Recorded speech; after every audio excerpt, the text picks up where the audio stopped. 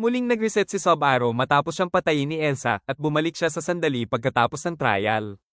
Tulad ng dati, takot at balisa pa rin si Emilia. Humingi siya ng tawad dahil hindi niya naipasa ang trial at nais niya itong pag-usapan. Ipinaliwanag ni Sub-Zero na ang trial ay nagpapakita ng nakaraan at sinabi niyang nagawa niyang makapasa. Nagtanong si Emilia kung ano ang nakita niya at dito inamin ni Sub-Zero na may 3 trial na kailangang malagpasan para mapalaya ang sanctuary. Sinabi rin niyang siya na lang ang tatapos sa mga natitirang trial dahil ayaw na niyang makita si Emilia na nahihirapan. Sumingit si Garfield at iginiit na si Emilia ang dapat gumawa ng trial, taliwas sa natatandaan ni Sub-Zero. Mariin namang sinabi ni Emilia na dapat siyang pagkatiwalaan kung hindi niya haharapin ang trial at iaasa na lang lahat kay Sub-Zero, paano pa niya mapapatunayan ang sarili niyang lakas. Bago umalis sina Garfield at Ryuzo, natanong ni Sub-Zero kung bakit tutol si Garfield sa kanyang suggestion. Ipinaliwanag ni Ryuzo na naniniwala si Roswell na si Emilia ang makakapagpalaya sa sanctuary. Pagkaalis ng dalawa, agad nag-alala si Sub-Zero tungkol sa nangyayari sa mansion lalo na sa biglaang paglitaw ni Elsa.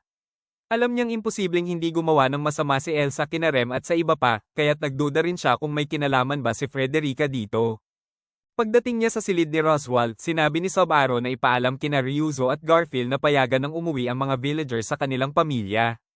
Ipinahayag din niyang babalik siya sa mansion mag-isa dahil tila may kakaibang pinaplano si Frederica. Sagot naman ni Roswell, nabanggit na raw iyon ni Ram at hindi niya nakikitang magagawa iyon ni Frederica.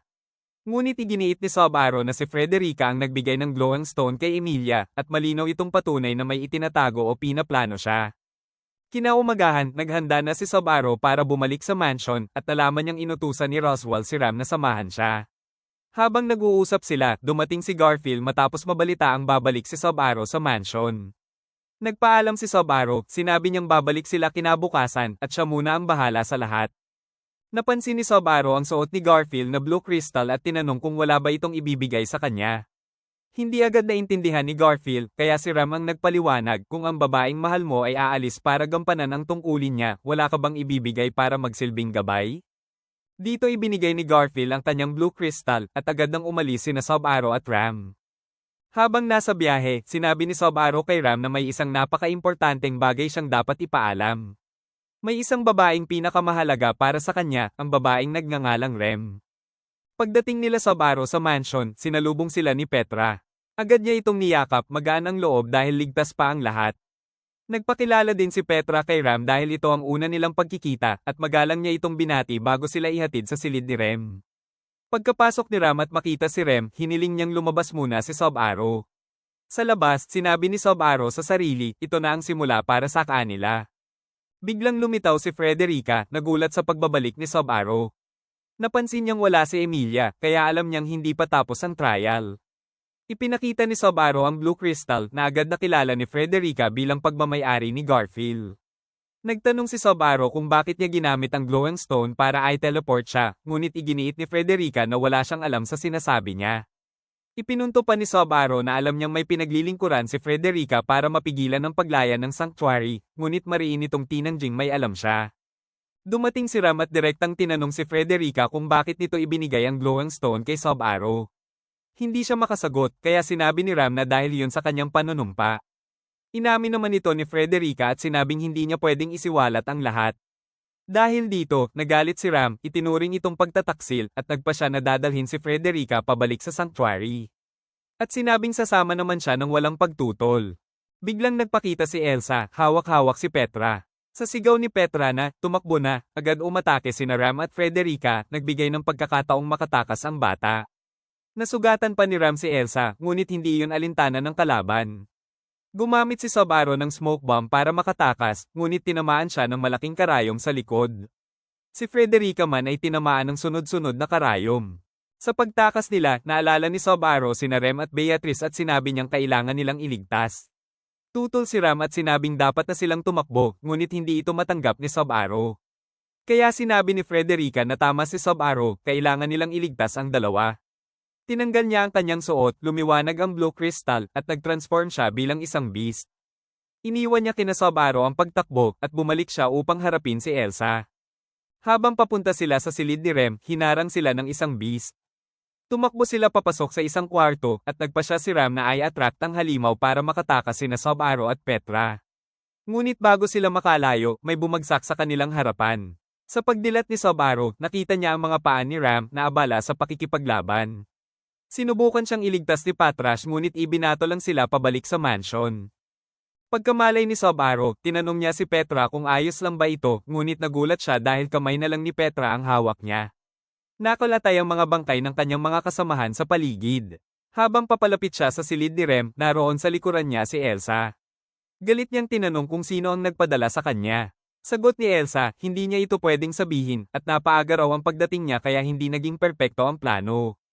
Sinabi ni Elsa na tatapusin na niya si Subaru. Sa huling sandali, mabilis na pumasok si Subaru sa isang kwarto, ang kwarto ni Beatrice. Napahinto siya at natanong, bakit mo ako iniligtas?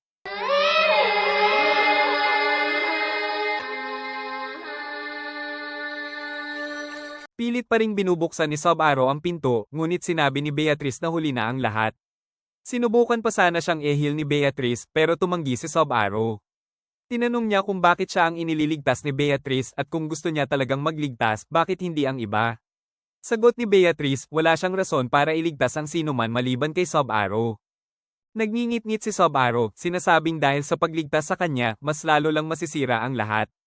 Dapat daw ay pinabayaan na lang siyang mamatay. Sa sobrang galit at desperasyon, sinipa niya ang mesa at kinuha ang isang patalim para tapusin ang buhay niya, ngunit mabilis siyang pinigilan ni Beatrice, ayaw nitong mamatay si Subaru.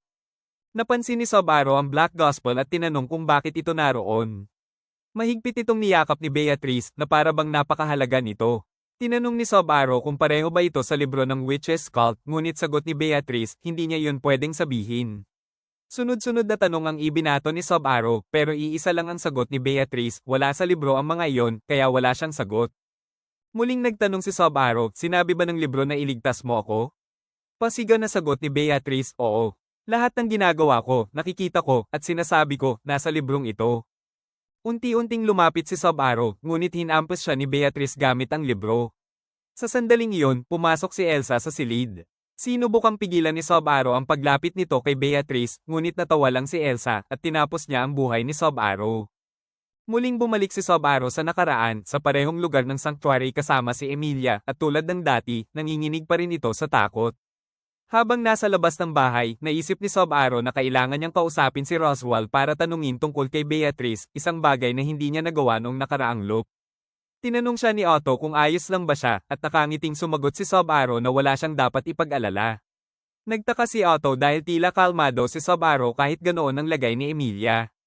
Habang nag-uusap sila, dumating si Garfield at sinabing gusto niyang makausap si Subaru. Dinala niya ito kay Ryuzo na siyang may gustong kumausap sa kanya. Tinanong ni Ryuzo kung ano ang gagawin ni Subaru kung malaman niya ang dahilan ng pag-alis ni Frederica sa sanctuary. Sagot ni Subaru, gagamitin niya ang impormasyong iyon para tulungan ng lahat na makaalis nang walang sino man ang kailangan pang sumubok ng trial. Ipinaliwanag ni Ryuzo na nakaalis si Frederica dahil hindi tumama sa kanya ang kondisyon ng barrier. Dito nagsalita si Garfield, magkaiba raw sila ng ama. Si Frederica ay anak ng human na ina at mixed blood na ama, kaya malaya siyang makalabas-pasok sa kagubatan. Ngunit, ayon kay Garfield, iniwan na ni Frederica ang sanctuary 10 taon na ang nakalipas. Humiling si Subaru sa dalawa na huwag ipaalam sa iba ang sasabihin niya, gusto niyang siya ang gumawa ng trial imbes na si Emilia. Paliwanag niya, noong pumasok siya sa graveyard dati para tulungan si Emilia, nakabalik siyang ligtas, ibig sabihin, qualified siya sa trial, at nalampasan na rin niya ang unang bahagi. Naintindihan ni Ryuzo ang intensyon ni Subaru, kaya sinabing may mahalaga rin siyang sasabihin sa kanya, pero sa ngayon, kailangan muna niyang manahimik. Bigla siyang sinunggaban ni Garfield at sinakal. Ilang sandali lang, naka-blindfold na si Subaru, nakatali ang katawan, at nakabusal. Sinabi ni Garfield na nasa isang liblib na bahagi sila ng sanctuary at walang nakakaalam sa kinaroroonan nila. Idinugtong pa niya na naramdaman niya ang miasma mula sa katawan ni Subaru, patunay, ayon kay Garfield, na isa siyang witch cultist. Mas lalo raw lumakas ang amoy nang lumabas si Subaru sa graveyard. Naguluhan si Subaru kung paano naamoy ni Garfield ang witch's scent. Sinubukan niyang kagatin ang sariling dila para mamatay, pero mabilis siyang pinigilan ni Garfield at muling binusalan. Dahil sa pagkawala ni Subaru, nagtulong-tulong sina Emilia at ang mga villager para hanapin siya. Sinabi ni Garfield na delikado ang maglakad sa kagubatan mag-isa sa gabi at maaaring hindi basta-basta makabalik. Napansin ito ni Otto kaya dinala siya ni Garfield sa isang lugar na silang dalawa lang. Doon, binalaan siya ni Garfield na manahimik at pinakita ang isang bagay na agad ikinainteres ni Otto. Samantala, pilit namang kumakawala si Sub-Zero mula sa pagkakatali habang naaalala ang mga nangyari sa mansion at sa mga nakalipas na araw. Bigla niyang narinig ang boses ni Otto na nagsabing huwag siyang maingay. Tinanggal ni Otto ang tali ni Sub-Zero at sinabing masaya siyang buhay pa ito. Ipinaliwanag niya na 3 araw nang nakakulong si Sub-Zero at gabi ngayon, oras ng trial ni Emilia. Nang tanungin ni Sub-Zero kung ano ang mga nangyayari sa labas, sinabi ni Otto na nagpapanik ang lahat sa labas at patuloy ang paghahanap sa kanya. Inutos pa nga ng Margrave kay Emilia na unahin ang pag-clear ng sanctuary para makapagtayo ng search party.